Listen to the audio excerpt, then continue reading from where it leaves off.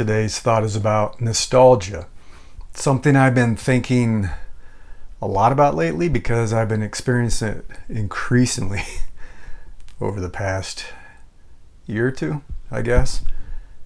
I don't know if this is something that happens as you're growing older, or maybe it's a consequence of all the chaos I think we've all been experiencing and living with for the past few years. But thinking back on simpler times and happier times, I guess.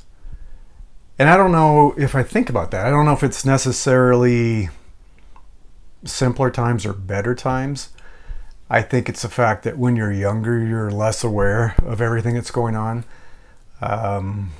Especially in my childhood, the internet didn't exist. We didn't have phones, smartphones, I should say. And the only time I read the paper when I was a kid was to read the comics. And you'd see like the headlines, that'd be about it. And so I was mainly concerned with, my big project, building a tree fort. Was I going to be able to go to the matinee on the weekend? Would I have enough money to get some candy? Where could I ride my bike today?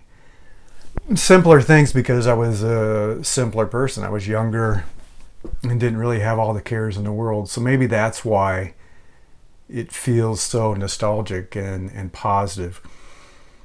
And I've noticed that I'm starting to blend memories of books I've read with childhood memories. And I'll have a memory, I'm like, did that happen to me, or did that happen in a book that I read? Often like a short story from Ray Bradbury, which I read a ton of when I was a kid. So it's like these fall memories I'm having, are they my fall memories? Are they from a Ray Bradbury story? And they start to blend together into something that's not entirely unpleasant. It's interesting. And a little bit of research on this, I looked at some stuff that Svetlana Boym had written. It's a book called The Future of Nostalgia. And that there are two types of nostalgia. There's reflective nostalgia and restorative nostalgia. And restorative nostalgia is when you're trying to relive old memories. You're trying to recreate past events. So if you had a great experience in high school and you were the captain of the football team, you want to relive those memories. You want to bring it back, start playing football with your friends again, whatever. The reflective is just remembering fondly your past and accepting that it is the past. You're not trying to relive it. It's the past, and you know that it can't be brought forward, that it was a time that existed only then, a moment in time, and you can't bring it into the future because you can't be a kid again and you can't go home again. So as you might suspect, the restorative nostalgia is actually not that great for you. That's the one that tends to lead to feelings of sadness and things like that, where you just wish you could go back to that time and you're not happy with your current life. And the reflective can make you feel good. The reflective can make you smile. It can make you feel more positive about the future, believe it or not. So reflecting on your past in a positive way, having reflective nostalgia, can make you feel better about your future. So it's kind of fascinating to look at the two types.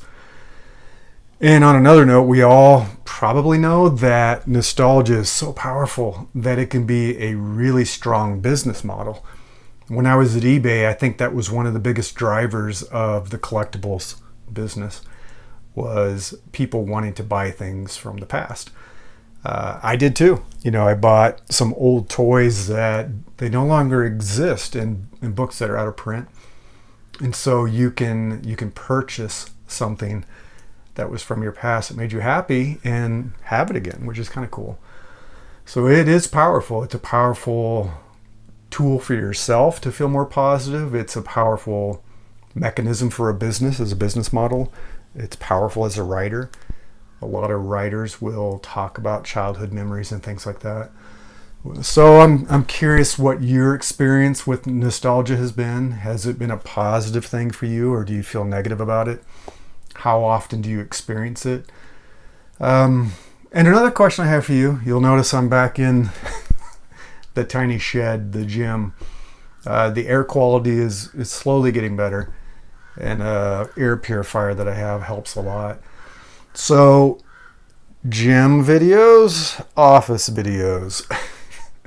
Which ones do you prefer? I'm trying to use a better microphone, which you may have noticed. The AirPods. I love my AirPods, the AirPods Pro, but the sound quality for recording is not that great. So this is a little lavalier mic, a lav mic, which I hope sounds a little better.